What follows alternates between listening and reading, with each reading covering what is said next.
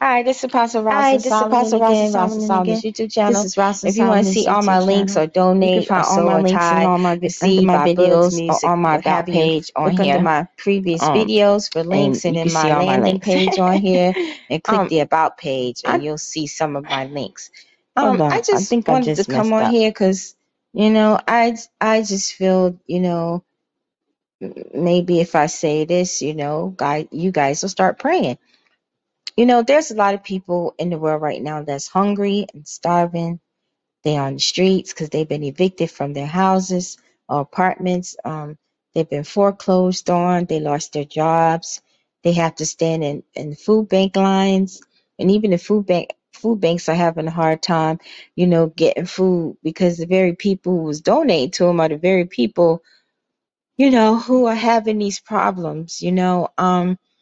There's a lot of elderly people in the world, here in America and other countries, but more so here in America, because in other countries, a lot of times they try and take care of their elderly, but they do have a lot of elderlies who are in bad shape, like we do here in America. So we should just, start praying for the elderly that's alone by themselves, living in apartments.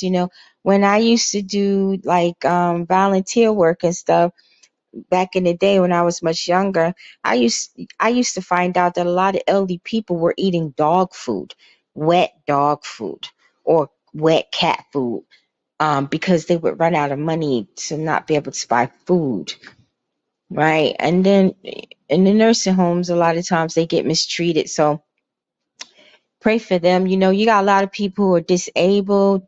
They live alone, maybe they do have someone come check on them. I don't know. But this is a true story. It was on the news the other day. An 80-year-old man called 911 because he was hungry, because he slowed to walk and walk with a walker, and it was so hot he couldn't go outside. So that 911 operator, she happened to live in the area, hung up, went and bought him some food, y'all, and took him food, and now they friends. And last week there was a man, his AC stopped working. He called 911. Then they called the police. The police went to the store to buy him an air conditioner. And when some of the employees found out, they contributed to him. And then the cops went to his house and put his AC in. And you know why those two things have happened and many other things have happened? Because I and some of y'all and other people in the world pray for these type of people, right? So I just want you guys to start praying for those type of people. I want y'all to start praying for the homeless to not be homeless, the hungry to not be hungry, people sleeping in their cars to not sleep in their cars, to get a place to live, people who lights is off because they can't afford to pay electricity. A man just died this past week, an elderly man. He couldn't afford his electricity, and his electricity got off. He calls his sister to tell her, and he doesn't feel good, and the next hour or two later he's dead from heat exhaustion, right? So you got people living in this heat with very, probably can't even afford an air conditioner, and they have fans and they're suffering. You got women with babies who's struggling. The food stamps is running out before the month is out. You got a lot of mothers out here, whether they black, white, Latino, whatever they are, that don't have a man around them, don't have a man helping them, and they struggling. And I know you say, well, it ain't my fault they had those kids. That's true. But they got the kids. You know what I mean? Then you got a lot of people that's going through anxiety, depression, fear. I mean, divorce everywhere, especially all these rich celebrities. I mean, going through divorce, going through separation. You got people going through a secret abuse from the husband, or even from the wife, or even from the kids. And they're suffering in silence. They smile at you every day. Even a lot of the ministers that come on here, go in church, they come on, they smiling, they preaching, they delivering, doing all kinds of stuff, but they suffering secretly because they really can't go to nobody because they're in ministry or they're a leader. It could cause them to lose their ministry, and they have God, but they have to wait on God. You know what I mean? You got a lot of ministries that's struggling just to survive because nobody wants to donate or sow tithes. You know, you have ministries that's overwhelmed because they have no helpers to help them. So, you know, pray for ministries too, that God will send, you know, helpers for the ministries online and in physical buildings. And pray that some of these ministries, God bless them with a physical building, because a lot of them deserve that too. And pray that God bless them with helpers that they can trust. You know what I mean?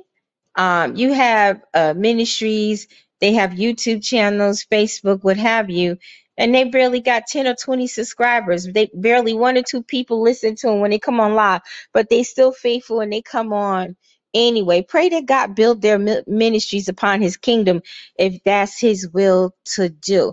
You know, people fighting in court to get custody of their children, get partial custody. You know, they missing their babies. They can't see their babies, or they know their babies being abused and they can't do anything about it. You know, pray for those things. Pray for salvation. Pray when you out and about and people walk by you. When you come home, be like, God, in the name of Jesus, everybody that passed by me, that I spoke to, that I smiled at, or that I didn't even speak, or that I didn't even notice. Father, I pray that you help them walk out their salvation. I pray you help them to receive the Messiah, and that they walk out their salvation, walking straight to heaven, like Yah did, walking straight to the Calvary to heaven.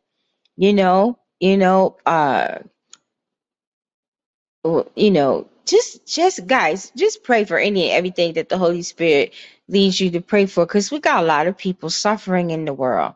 You know, everybody under this ministry, a lot of you I know, and a lot of you I don't know. Some of you we have never even interacted, right? And I pray for y'all. I even pray for the witches and evil people that, you know, be trying to come for me. You know, I pray for them in a totally different way, you know, and we just gonna leave it like that. But people under the ministry, you know, I always pray, you know, no one's homeless, no one's hungry, no one's being battered, the children okay. I mean, I pray all kinds of stuff for the people under the ministry, whether I know them or not, I have a rapport with them or not, you know, because some of you I have a rapport with, some of you we text each other, we talk on the phone, you know, or we have a rapport here on the internet, and then some people I don't. So you really don't know what people are going through. And when you're outside, right, it doesn't hurt you to smile at somebody. You know, if God leads you to smile at somebody, go ahead and do it, because that smile, that person could be ready to commit suicide or going through all kinds of stuff. You know, Sister Pat will tell you, I'm so glad she's in my life, because she witnesses so much that I do. And one day she's going to stand before the masses and just tell it all. I know she is, because she be doing that. But I talk to people a lot when I'm out. I'm not afraid.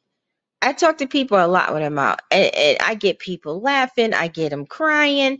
You know, a lot of times God will tell me to, you know, do this and do that for them, and they're shocked and they're crying. And I notice it changes their life, even if I just talk to them.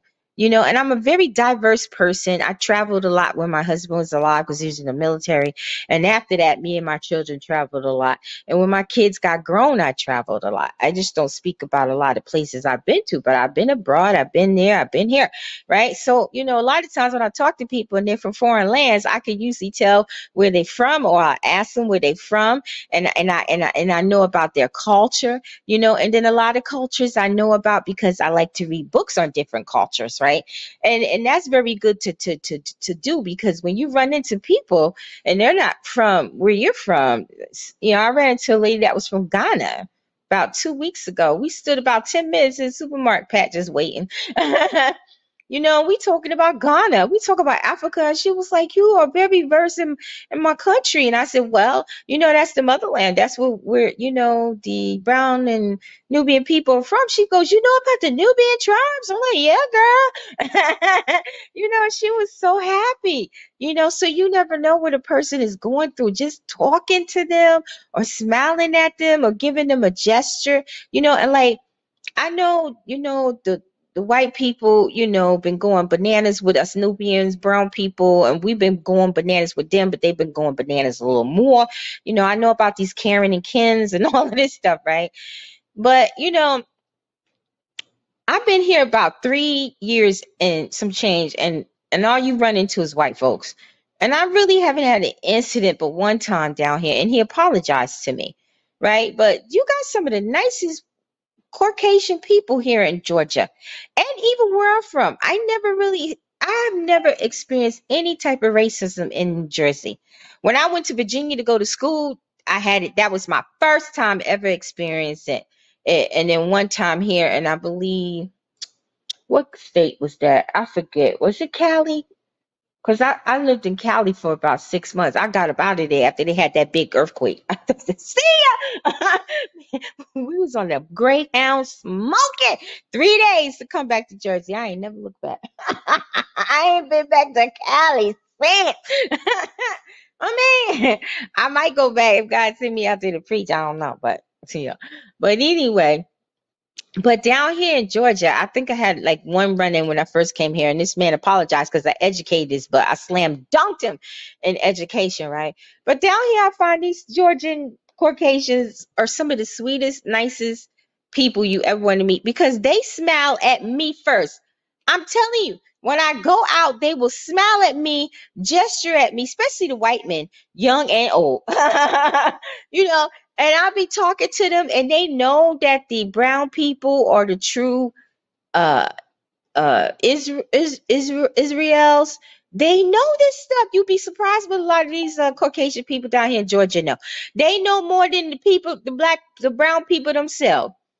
And you know, and these people, white folks down here, they will talk to you, they will have a conversation with you, you know, they'll be trying to hold your hand, hug you. You know, they remind me of a lot of white folks back where I'm from in Jersey. You know, I grew up around white folks in Jersey because we lived in the suburbs. And in my time growing up, you know, you didn't have a lot of black people living in the suburbs. You had them living in the cities. But we grew up in the suburbs. We grew up in houses. You know what I'm saying? Or if we was in apartment buildings when my parents split up, you know, it was nice, you know. So I've always grown up around Caucasian people. We even have them in my family, you know, and I just never had incidents with them. So when I see stuff on TV happening, I'm like, wow, this is shocking. So we have to pray against racism. We have to pray that, you know, people start getting along, you know, start liking each other, because the only difference between us is our color and our culture. You know, we all go to the bathroom the same way, eat the same way, live the same way, can bleed the same. It's just the color in the culture, you know, and every culture has bad seeds. Us brown people, us Caucasian people, Latinos, Chinese, you go live in China and Japan. I bet you they got hoods. I bet you they got mad crime. You know what I mean? America just sticks out because we're America, you know, and this black and white racism issue need to stop, you know, because before that disease came, it wasn't this bad. And since that disease came, it's just been awful. And it makes no sense how the Caucasians are just doing the brown people, and now the brown people are retaliating, you know, and now they're starting to mess with the Latinos. You know, pray for the people coming through the border. The kids is getting missing. You know, all kinds of craziness is happening. You know, pray about those people running from their poor Spaniard countries to come here, you know, and other countries like Haiti and some parts of Africa. You know, just pray. You know, 2 weeks ago, a couple of boats sunk in the ocean because they were coming over here to go to Italy or the UK, and one sunk. They got the mother out the water, but the baby, they couldn't rescue the baby. And she wanted to jump in the water to look for the baby. They wouldn't let her. She kept saying, "Where's my baby? Why me, God?" You know, so these people pay all this money to get on these boats to come here, and they sink and they lose their lives. So we need to just pray about that. We need to just pray about just ask God, say, "God, what's on your heart? What you want me to pray for?" Love you guys. Mwah. Shalom.